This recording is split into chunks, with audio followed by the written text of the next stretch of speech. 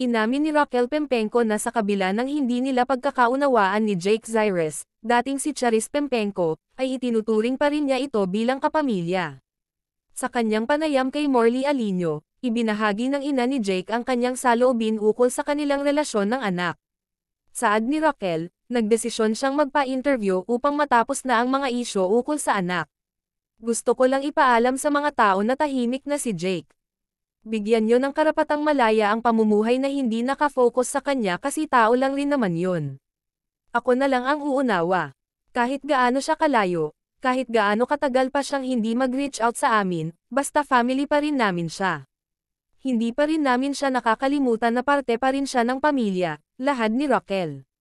Pag-amin rin niya, talagang nasaktan siya nang magdesisyon si Jake na patayin ang dati niyang pagkatao.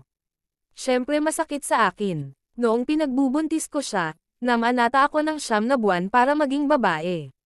Masakit sa akin na yung akala kong Charis Pempenko na malapit sa ina, kaibigan ng ina, ako yung buhay niya, mula nang mag-Jake siya, nawala lahat, pagbabahagi pa ni Raquel.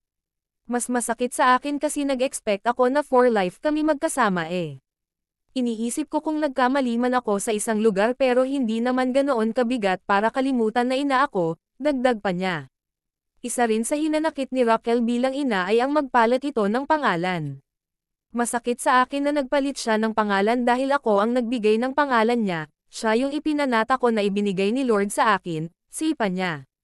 Sa kabila raw ng pagpapalabas ni Jake na umano'y isang masamang ina si Raquel sa ipinalabas nitong istorya sa, Maalaala Mo Kaya, ay tinawanan niya lang ito. Yun pang mas masakit, yung gumawa siya ng libro at sinabihan niya ako ng Evil Queen, ako pero tinatawa ko lang yun. Akala lang ng tao na nakangiti ako sa media, sa social media pero deep inside durog ang puso ko bilang ina, sabi pa ni Raquel. Kung mga ka-cheka anong masasabi nyo tungkol dito mag-comment lang sa baba and don't forget to subscribe.